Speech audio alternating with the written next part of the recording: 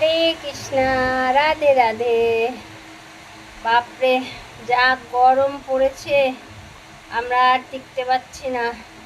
তাই জন্য আমরা এখন সব গা মুছতে বসেছি। হ্যাঁ, গরমে সব নাজেহাল অবস্থা। এখন সব গা মুছু মুছু করে তারপর আমরা আবার খাবার খাবো।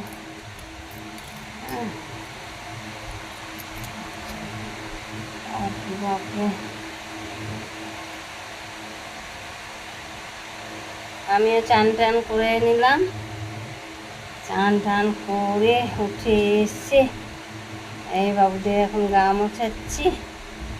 বাপরে বাপ, কি গরম, কি গরম, কি গর্ত। এই